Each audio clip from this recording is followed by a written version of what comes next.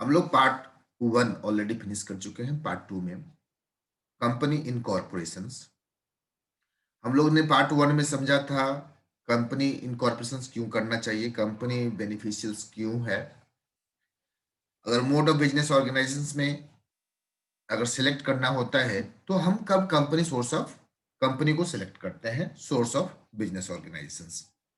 Simply जब large investment की जरूरत पड़ती है और लायबिलिटी भी लिमिटेड होनी चाहिए।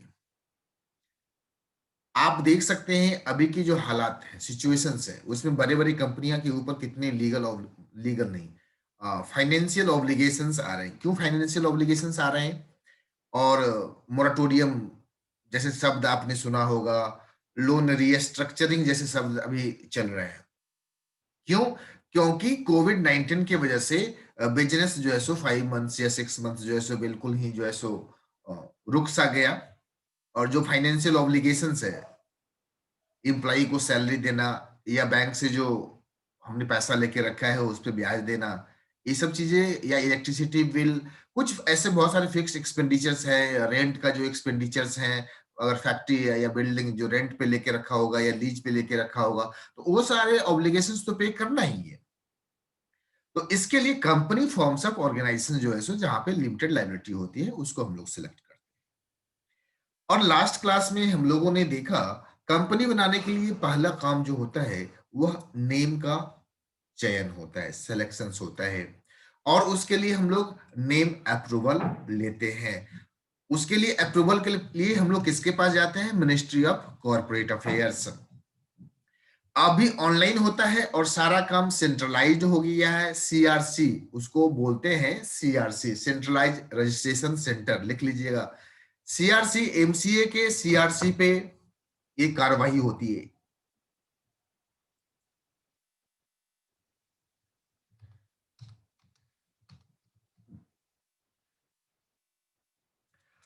और कल के क्लास में हमने आपको शेयर भी किया था एमसीए का वेबसाइट, जहां हमने आपको दिखाया था मिनिस्ट्री ऑफ कॉर्पोरेट अफेयर्स के साइट। तो central registration centre name approval लेने के लिए पहले हम लोग रन की सर्विस लेते थे। किसकी सर्विस लेते थे? रन। तो आप पूछेंगे सर रन होता क्या है?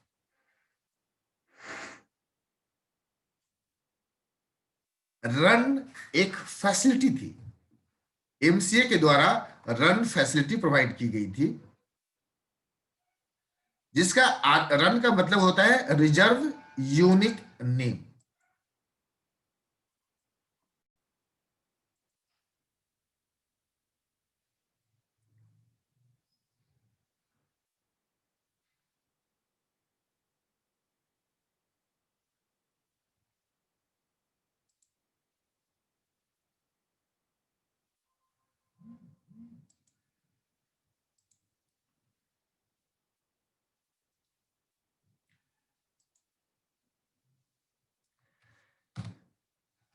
सीआरसी होता है, सीआरसी का मतलब होता है centralised registration centre.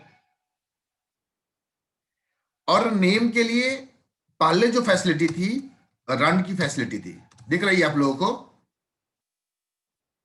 Yes sir. Okay. Reserve unique name, पहले एक बार समझ लेंगे इसको, फिर आपको हम वेबसाइट पे भी दिखाएंगे। आपके बुक में आईएनसी, आपके बुक में जो है जो फॉर्म का नंबर होगा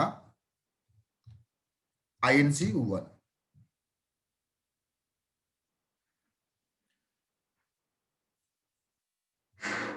तो ये जो सफर है, पहले हम लोग नेम अप्रूवल के लिए आईएनसी 1 फॉर्म फाइल करते थे। आप लोगों के पास बुक है? बुक के यस सर। पीछे में आप लोग देखिए, आपके बुक का जो बैक पेज होगा, हाँ है, देखिए पेज नंबर 309।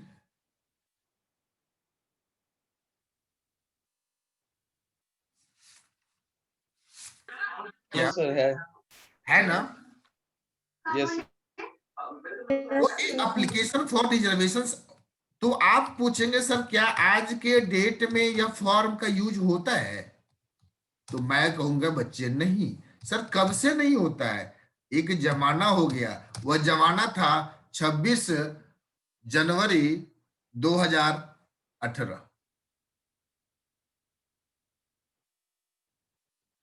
उसके बाद सरकार ने एक सुविधा लाई थी, स्पाइस।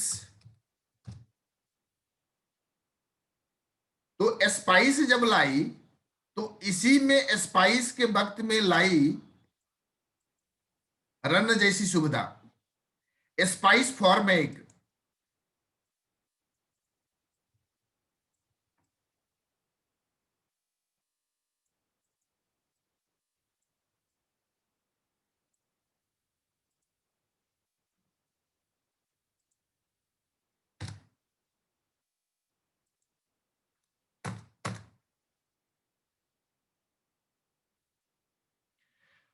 तो स्पाइस का मतलब सर क्या मतलब होता है स्पाइस का?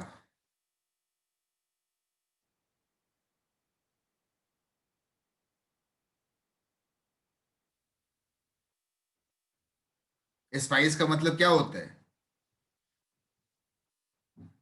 सर, स्पाइस यानी तो मसाले होते हैं। बिल्कुल मसाले होते हैं, बट यहाँ पे स्पाइस का मतलब मसाला नहीं होता है। यहाँ पे स्पाइस का मतलब होता है आपका सिंप्लीफाइड। इसका मतलब होगा सिंप्लीफाइड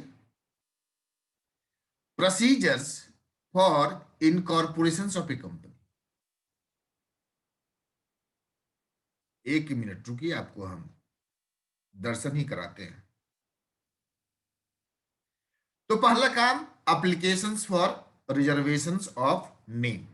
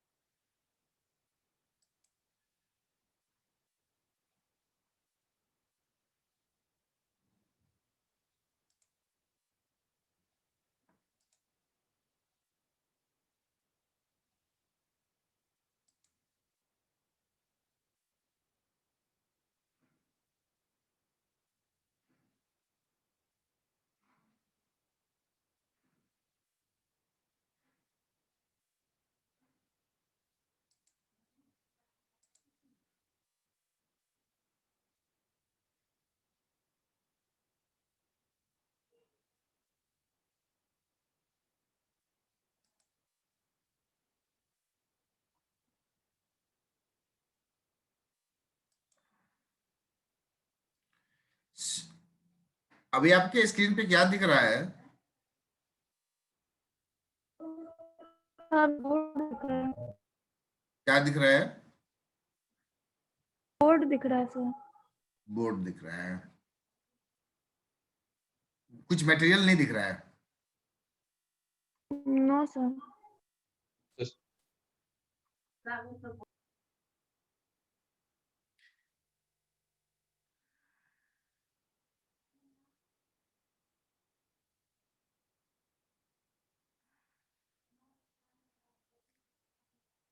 लगता है 10 मिनट का टाइम देना होगा। कारण क्या है, जो शेयरिंग में वो आ नहीं रहा है पीपीटी। मेरे पे खुल रहा है बट शेयरिंग में नहीं दिखा रहा है।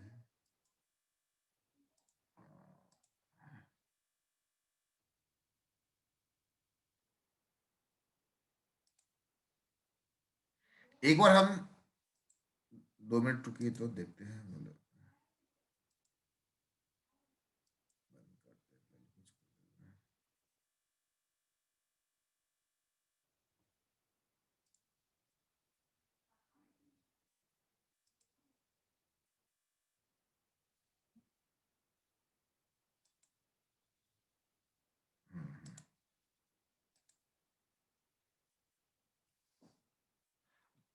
आया स्क्रीन पे भी? Yes sir. Okay good. Yes book आया। हाँ, तो हम लोगों ने, और साइट भी मैं खोल रहा था शायद, अभी तो बुक ही होगा आपके स्क्रीन पे। Yes sir. Yes sir. Okay okay.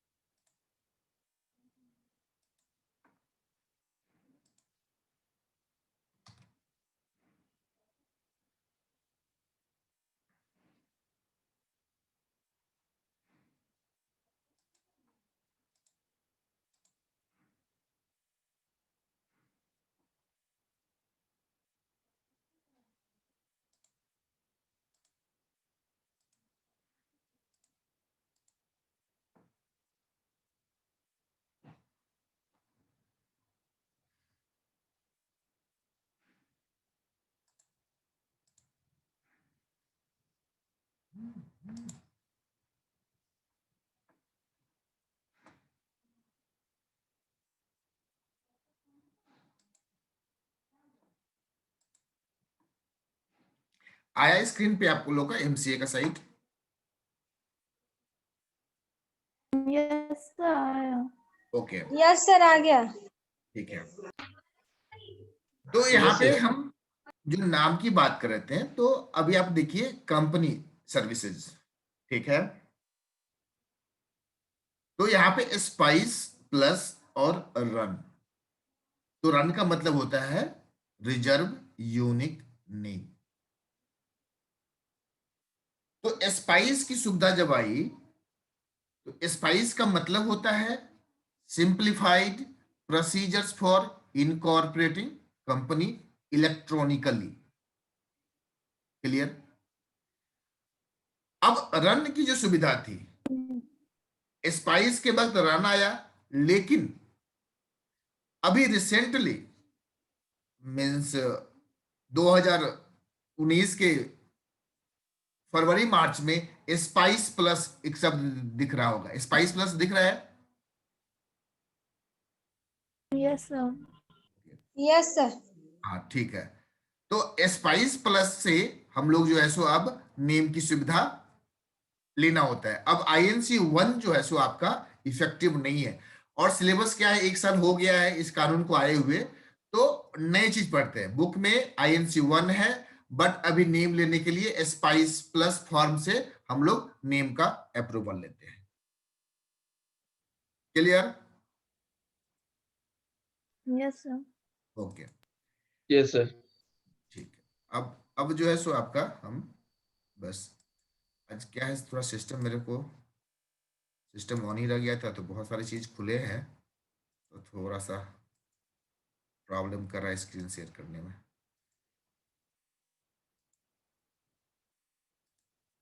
हाँ,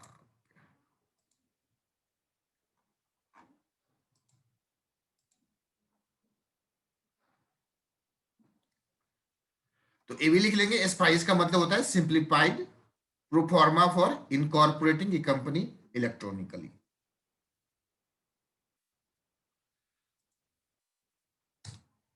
अब आ गया है बच्चों स्पाइस प्लस।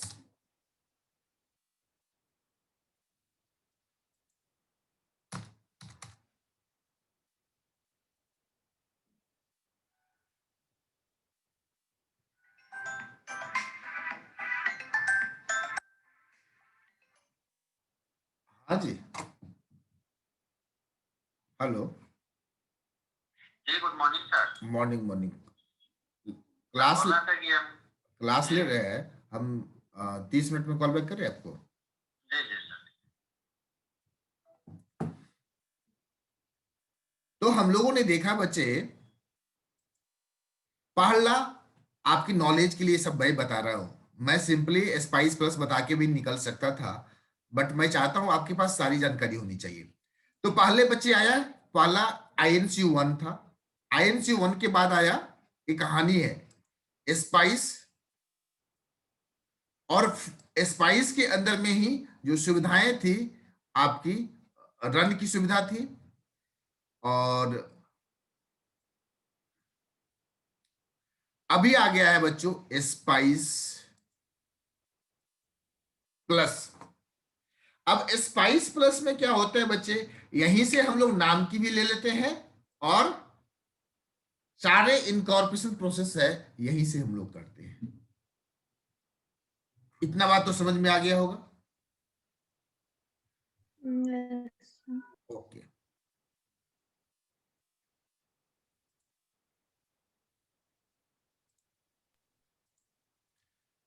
तो हम लोगों ने नेम के बारे में भी बात कर रहा था, नेम को समझा रहा था। कोई बच्चा अगर जन्म लेता है तो उसका भी नाम रखा जाता है। तो सिंपली कोई कंपनी की एग्जिस्टिंग में लाना है, तो जो प्रोमोटर होते हैं, प्रोमोटर कौन होते हैं? जो conceive the idea of doing business, जो कंसीव करते हैं आइडिया ऑफ डूइंग बिजनेस, और फॉर्म करते हैं और नेसेसरी स्टेप्स लेते हैं टू इनकॉर्पोरेट द कंपनी। तो उसके लिए नेम था। नेम क्या रख सकते हैं, क्या नहीं रख सकते हैं, उसके बारे में हम लोगों ने चर्चा किया था। आइडेंटिकल नहीं होना चाहिए, और कोई एग्जिस्टिंग नेम है तो ऐसा नहीं होना चाहिए, उसके जैसा रिसेंबल करे, मतलब उसके जैसा प्रतीत भी हो। थोड़ा एक एक वर्ड उच्चारण, जैसे अमूल, अमूल AMUL लिखाता है, आपने अमूल को लिख दिया AMMWL,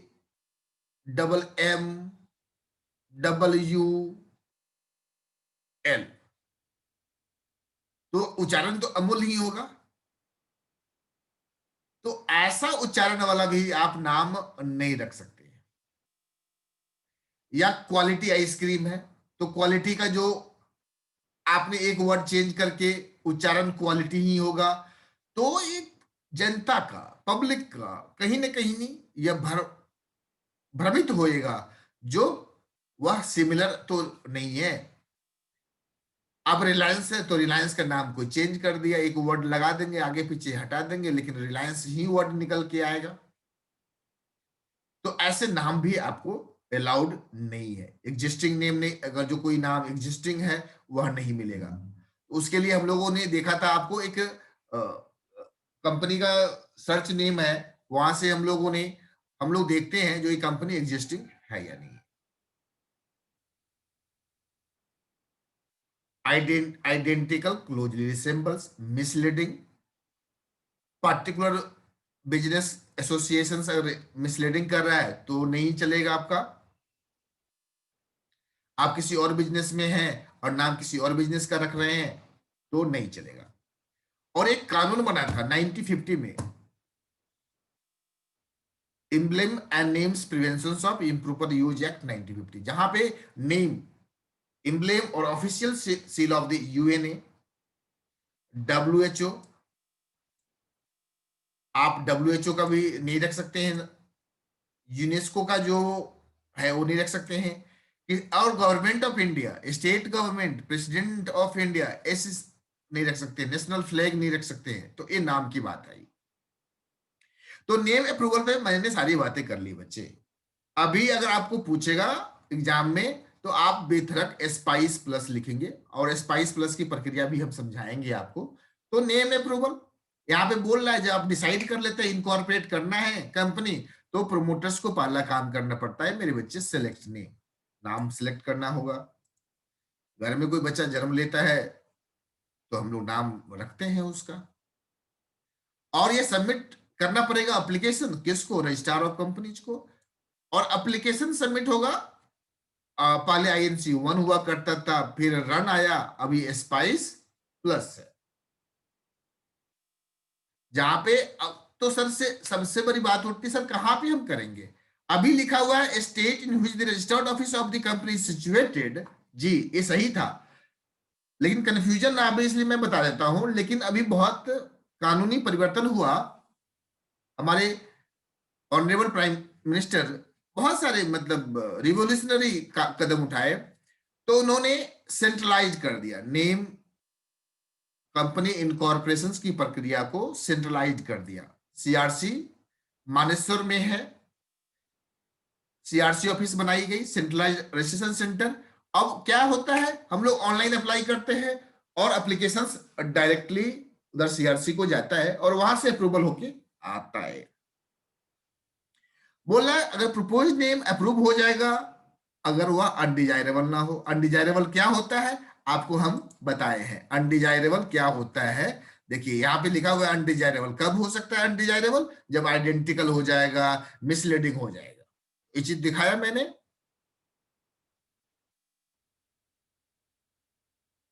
इट में इसके बाद आपका जो है सो मिसलीडिंग नहीं होना चाहिए, वही बातें हैं, मिसलीडिंग नहीं होनी चाहिए। तो ये सारी चीज नेम की थी। आपके बुक में दिया हुआ है आईएनसी 1, लेकिन मैं यह बुक दो साल पहले की लिखी हुई है और अभी करंट में परिवर्तन हो गया है। तो आपको यही चीज स्पाइस प्लस जो है सो समझना है। रन को समझ के रखिएगा। रन के बारे में जो बताया है, रन मतलब नेम अप्रूवल के लिए रिजर्व यूनिक नेम। हो सकता है इस साल का जो पब्लिकेशन, लेकिन इस साल का ही पब्लिकेशन ये डाउनलोड है।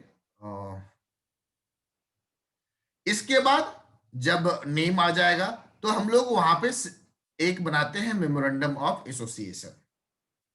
किसी भी कंपनी के लिए दो डॉक्यूमेंट बहुत ही वाइटल होता है मेरे बच्चों, एक मेमोरेंडम ऑफ एसोसिएशन एंड दूसरा आर्टिकल्स ऑफ एसोसिएशन। इसको जहन में डाल लीजिए। मेमोरेंडम ऑफ एसोसिएशन जो कंपनी का होता है वो चार्टर्ड ऑफ द कंपनी होता है। इसमें सारे ऑब्जेक्ट लिखे होते हैं। कंपनी का ऑब्जेक्ट क्या है वह लिखा हुआ रहता है, कैपिटल क्या है वह लिखा हुआ रहता है, लिमिटेड बाय शेयर्स है, नेम क्या है कंपनी का, तो सारे चीज मेमोरेंडम ऑफ एसोसिएशन में लिखा होता है। और इसको साइन करना पड़ता है किसके द्वारा? प्रमोटर के द्वारा। तो आज के डेट में साइनिंग कैसे होगा बच्चे? Digital signature, DSC. Manual signing तो होता नहीं है, तो हम लोगों ने दिखाया भी था आपको डीएससी क्या होता है। और जो मेमोरेंडम साइन करता है उसको हम लोग फर्स्ट डायरेक्टर भी बोलते हैं। तो पूछ सकता है who is the first director? The director who sign the memorandum is called as first director. और वो एक कंसेंट भी देता है to act as a directors. अब अपॉइंटमेंट ऑफ प्रोफेशनल्स, सिंपल सी बात है, कंपनी बनानी है तो क्या आप डायरेक्ट बना लेंगे? प्रोफेशनल को नहीं रखेंगे, हायर नहीं करेंगे, करेंगे ही। तो यहाँ पे banker auditor are appointed by promoters. Sir banker और ऑडिटर क्यों अपॉइंट होता है? सिंपल सी बात है, कंपनी बनाने के बाद ऑडिट कराना होगा, बैंकर्स बैंकिंग ट्रांजेक्शन्स करना होगा।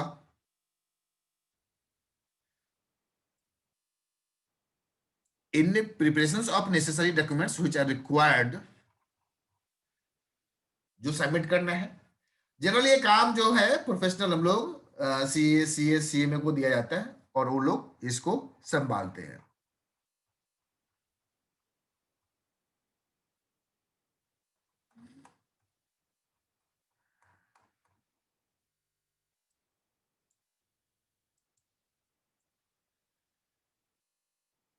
अब प्रिपरेशन ऑफ नेसेसरी डॉक्यूमेंट, जो लीगल डॉक्यूमेंट होता है, certain legal documents which have to be submitted under the law. यह होता है memorandum and articles of association and consent of director.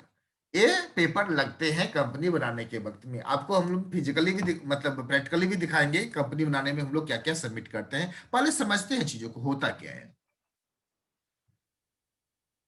तो documents required to be submitted है memorandum of association. यह बहुत ही इंपॉर्टेंट डॉक्यूमेंट होता है मेरे बच्चों, मेरे दोस्तों। यह डिफाइंस करता है क्या, objectives of the company, company किस उद्देश्य के लिए बनाई गई है इसके बारे में यह बताता है। ऑब्जेक्टिव्स ऑफ द कंपनी, बहुत बड़ी वर्ड मिला बच्चे, मीन्स जो मेमोरेंडम ऑफ एसोसिएशंस में ऑब्जेक्टिव्स लिखा हुआ है उसके बाहर जाके कंपनी कोई भी कार्य नहीं कर सकती। तो मेमोरेंडम में क्या लिखा रहता है, ऑब्जेक्ट, मैंने पहले ही बोला था ऑब्जेक्ट से बना है ऑब्जेक्टिव्स। तो एक ऑब्जेक्टिव क्लॉज होता है, ऑब्जेक्ट क्लॉज होता है। तो ऑब्जेक्ट क्लॉज वो आपको नीचे दिखाएंगे हम। तो ऑब्जेक्टिव्स ऑफ द कंपनी, और बोला no company can legally undertake activities that are not contained in its memorandum of associations. ऐसा कोई भी एक्टिविटीज जो कंटेंट मेमोरेंडम में नहीं लिखा हुआ है वैसा एक्टिविटीज कंपनी नहीं कर सकती है लीगली। बात समझ में आई? तो कंपनी अंडरटेक एक्टिविटीज वही कर सकती है जो मेमोरेंडम में लिखा हुआ है। और कंपनीज एक्ट 2013 के सेक्शन 2 क्लॉज 56 में मेमोरेंडम को डिफाइन किया है। डेफिनेशन से बहुत ज्यादा क्लियर नहीं होना है। बोलता है memorandum of associations of a company as originally framed और as altered from time to time in pursuance of any previous company law और दिस एक्ट। कहने का मतलब जब कंपनी बन रहा था तो मेमोरेंडम जो बना उसी को हम मेमोरेंडम बोलते हैं, या उसमें कुछ परिवर्तन हुआ, altered from time to time, समय समय पे कंपनी उसको परिवर्तित कर सकती है, आरओसी का परमिशन लेना होगा, बहुत सारी चीजें हैं, स्पेशल रेजोल्यूशंस लगाना पड़ता है। तो मेमोरेंडम में आप परिवर्तन करके तो उसी को मेमोरेंडम बोलते हैं, जो पहले शुरुआत में बना, ओरिजिनली फ्रेम्ड हुआ और टाइम टू टाइम चेंज हुआ, उसी को हम लोग मेमोरेंडम बोलते हैं। अब जो बात आती है एकदम आज की जो नटसेल क्लास का जो मेन बात है, अब हम मुद्दे पे आए हैं। अभी तक तो बैकग्राउंड चल रहा था। मेमोरेंडम में होता क्या क्या है? पहला नेम क्लॉज, पहला चीज होगा नेम क्लॉज, उसमें बहुत चर्चा कर लिए हैं। दूसरा होता है रजिस्टर्ड ऑफिस क्लॉज। जी, ऑफिस कहाँ, सेकेंड क्लॉज जो होगा इसको हम लोग दूसरा नाम देते हैं सिचुएशंस क्लॉज। क्या देते हैं बच्चों? Situations clause. मैं लिख दे रहा हूं इधर को, आप लोग समझ पा रहे हैं ना? सिचुएशंस लिखने की जरूरत है क्या? Hello, no sir. Okay good. तो सिचुएशंस क्लॉज मतलब कहां पे कंपनी अवस्थित होगी। तो ऐसा हो सकता है शुरुआती दौर में हमें रजिस्टर्ड एक्चुअल एड्रेस पता ना हो, या हम फाइनलाइजेशन स्टेज में हो, या बात कर रहे हो जो कहां पे हम कंपनी की ऑफिस रखे, रजिस्टर्ड ऑफिस। तो कानून बोलता है जो आप सिचुएशंस, किस स्टेट में कंपनी की रजिस्ट्रेशन होनी है आप उतना बता दो ना मेरे को, हम कंपनी बनाने की प्रक्रिया को आपको अलाउ कर देंगे, और 15 दिन के अंदर में नेम फाइनलाइज करके आप हमको बता दो जो आपकी रजिस्टर्ड ऑफिस कहां पे होनी है।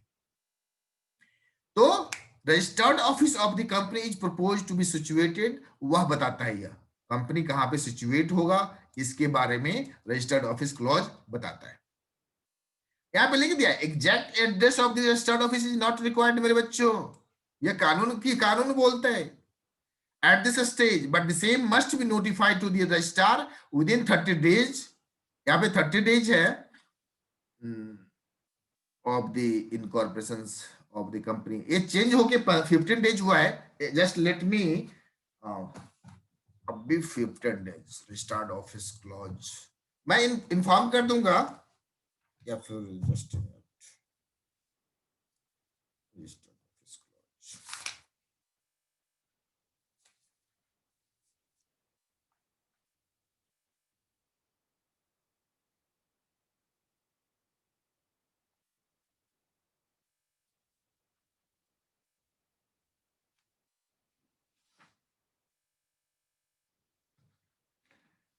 अक्सर परिवर्तन होता रहता है, अभी मुझे थोड़ा सा टाइम लग जाएगा, तो मैं एक बार देख के, यह 15 दिन हो गया वो कंफर्म कर देंगे।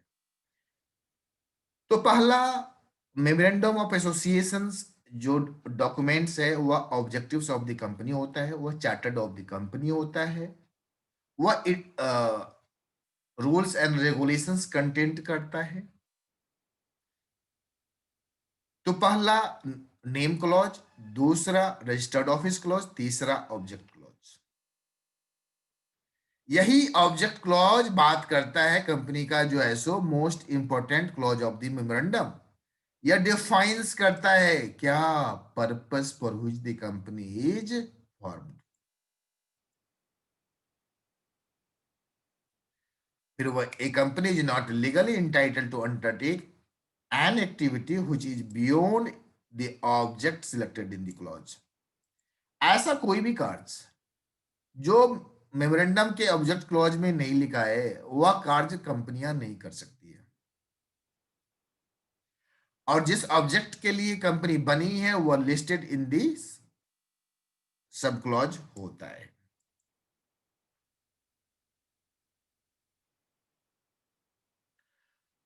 अब ऑब्जेक्ट क्लॉज का कुछ इंसिडेंटल मीन्स वह भी काम करना जरूरी होता है। मीन्स कंपनी बनी है तो फैक्ट्री सेटअप करनी होगी, फैक्ट्री सेटअप करने के लिए कॉन्ट्रैक्ट करना होगा, तो ये सारे इंसिडेंटल वर्क है। मीन्स कंपनी बनानी है, अब बैंक अकाउंट खोलना होगा, इंसिडेंटल वर्क है, कॉन्ट्रैक्ट करना होगा, इंसिडेंटल वर्क है। तो ये सारे ऑब्जेक्ट क्लॉज को पाने के लिए, मीन्स मेन ऑब्जेक्ट को पाने के लिए इंसिडेंटल जो वर्क होते हैं, मेन ऑब्जेक्ट को पाने के लिए जो अदर वर्क होते हैं, वह भी जो है सो मेन ऑब्जेक्ट का पार्ट होता है, डीम्ड टू बी वैलिड। और कोई जरूरी नहीं है जो एक्सप्लिसिटली मतलब एक्सप्रेसली वह लिखा हो। ऑब्जेक्ट है, ऑब्जेक्ट को अचीव करने के लिए जो भी कार्य करने पड़ेंगे कंपनी को वह वैलिड होगा। इस पे हम लोग आगे चर्चा करेंगे। ये टेबल सब क्या है, टेबल पे आज नहीं बात करेंगे हम सिंपली अभी आज बात करेंगे आपका। फिर आता है लायबिलिटी क्लॉज। तो अभी तक हम लोगों ने बच्चे बात कर लिया मेमोरेंडम, इसको हम लोग मेमो भी बोलते हैं। तो मेमोरेंडम ऑफ एसोसिएशंस में हम लोगों ने बात किया, पहला क्लॉज होता है नेम क्लॉज, दूसरा सिचुएशंस या रजिस्टर्ड ऑफिस क्लॉज, तीसरा ऑब्जेक्ट क्लॉज एंड चौथा लायबिलिटी क्लॉज।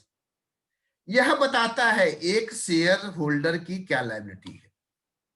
किसी ने 1000 शेयर लिया तो उसकी टोटल लायबिलिटी, उसका एक शेयर का वैल्यू है 10 रुपया, तो उसकी लायबिलिटी कितनी होगी। अभी मान लीजिए टोटल लायबिलिटी 10,000, अगर उसने 6 रुपीज पेड कर दिया तो अब रिमेनिंग लायबिलिटी कितनी, 4,000। बात समझ में आई ना बच्चे, ये डाउट रहा इस पे। अगर किसी कंपनी का आपने 10,000 से 1,000 शेयर लिया है जिसकी एक शेयर की वैल्यू है 10 रुपए, और शेयर क्या होता है पहले भी हम समझा चुके हैं आपको। तो आपने 1,000 शेयर लिया at the rate of ₹10 each, और अकाउंट्स क्लास में नहीं, अभी 12th में समझेंगे आप। At the rate of ₹10 each तो 10,000 हो गया, और इस पे आपने मान लीजिए 6 रुपया करके पर शेयर आपने पे कर दिया, तो बाकी की लायबिलिटी कितनी बची, अभी 4 रुपया बाकी है। तो 1,000 मल्टीप्लाइड बाई 4 इक्वल टू 4,000, जो अभी लायबिलिटी उतनी ही लायबिलिटी रहेगी। यही है लायबिलिटी क्लॉज। अगर इससे ज्यादा भी कंपनी की आउटस्टैंडिंग है तो कंपनी आपको नहीं पे करने के लिए। क्लियर, समझ में आ रहा है ना? लग रहा है नहीं समझ में आ रहा है बच्चों को। सर आ रहा है। Okay good. अब आते हैं कैपिटल क्लॉज।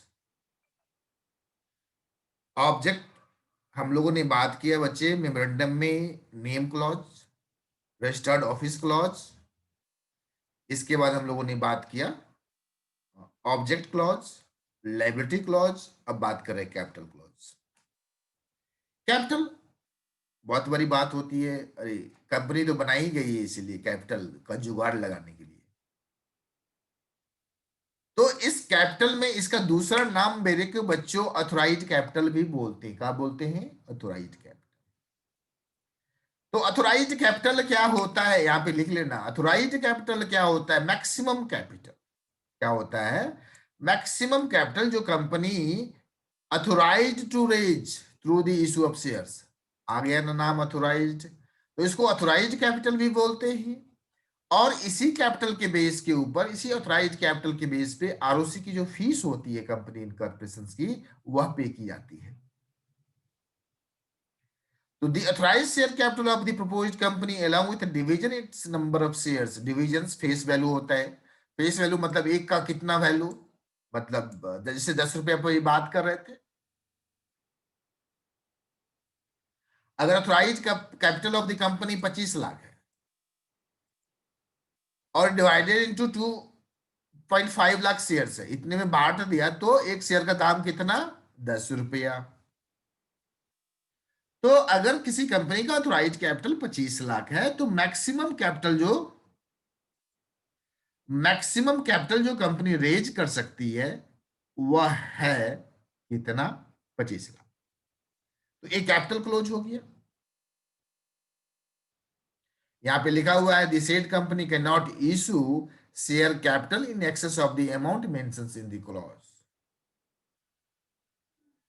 और जो सिग्नेटरीज होता है मेमोरेंडम ऑफ एसोसिएशन का, स्टेट करता है their intentions to be associated with the company and give their undertaking to subscribe the shares mentions against their name। Signatories उसको कहते हैं जो साइन करता है मेमोरेंडम को और अपना स्टेट करता है नेम, ये सब दिखाएंगे, और वहां पे अंडरटेकिंग लेता है जो हम इतना शेयर सब्सक्राइब करेंगे। और मेमोरेंडम ऑफ एसोसिएशन साइन होना चाहिए 7 बंदा या बंदी, जब कंपनी हो पब्लिक, 2 बंदा या बंदी जब कंपनी हो प्राइवेट। तो प्राइवेट जब होगा मेरे बच्चों, जब प्राइवेट होगा 7 कब, जब पब्लिक कंपनी है, 2 कब, जब प्राइवेट कंपनी है। इतना याद रखिएगा, 7 जब पब्लिक कंपनी है, 2 जब प्राइवेट कंपनी है। और जब कंपनी इनकॉर्पोरेशन के, मतलब हम लोग सेकंड चैप्टर में पढ़े हुए थे, कंपनी बनाने के लिए मिनिमम प्राइवेट लिमिटेड के लिए 2 मेंबर की जरूरत पड़ती है और पब्लिक कंपनी के लिए 7 मेंबर की जरूरत पड़ती है। तो अभी तक हम लोगों ने अब मीन्स मेमोरेंडम के बारे में 5 क्लॉज देखा। पहला नेम क्लॉज, दूसरा रजिस्टर्ड ऑफिस क्लॉज, तीसरा ऑब्जेक्ट क्लॉज, चौथा लायबिलिटी क्लॉज, पांचवा कैपिटल क्लॉज, छठा सब्सक्रिप्शन क्लॉज आपके नहीं दिया है, तो एक छठा होता है सब्सक्रिप्शन क्लॉज। कैपिटल क्लॉज के अंदर में ही सब्सक्रिप्शन क्लॉज को कवर किया है।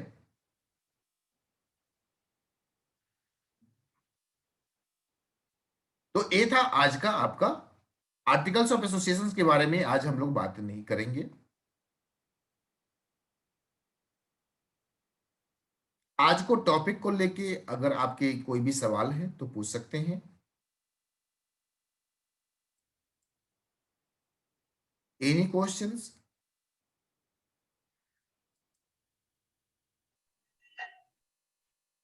सर जैसे कि एमओए में किसी कंपनी ने अपना कैपिटल का जो फिक्स कर दिया है 25 लाख या 30 लाख वो रेज करेंगे, और मान लीजिए अगर कंपनी कल को बड़ी होने लग जाए और उन्हें और ज्यादा कैपिटल की जरूरत पड़े तो तो सिंपल सा बच्चे हैं, इसके लिए कैपिटल को हम इंक्रीज कर सकते हैं। एक कानूनी प्रक्रिया को कंपनी एक्ट में लिखा हुआ है, अगर कंपनी इंक्रीज करना चाहती है कैपिटल तो कर सकती है। उसके लिए अप्रूवल जो कंप्लायंस की प्रोसीजर्स है वो करके कंपनी अपने कैपिटल को इंक्रीज कर सकती ओके। है। सिंपल सी एक और भी बात कर ले, जैसे ऑब्जेक्ट है, ऑब्जेक्ट में जो बात लिखी हुई है, ऐसा जरूरी नहीं है जो ऑब्जेक्ट जो आज लिख दी गई वही चिरंत अनंत काल तक रहेगी। उसको बदला जा सकता है, उसको अमेंडमेंट किया जा सकता है, एक प्रक्रिया के तहत एक प्रोसेस फॉलो करके सारी चीजों को बदली जा सकती है।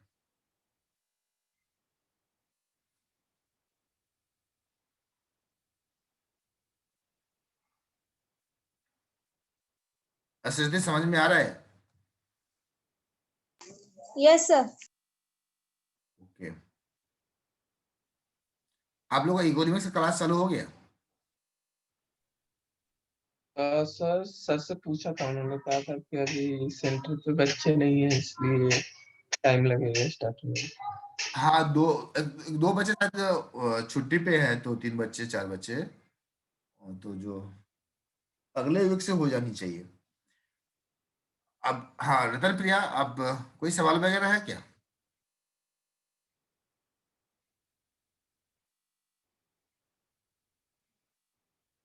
सर रतन प्रिया का नेट खराब हुआ था, सर लॉग आउट हो गई थी बहुत देर। हाँ, फिर अभी जस्ट ज्वाइन की है।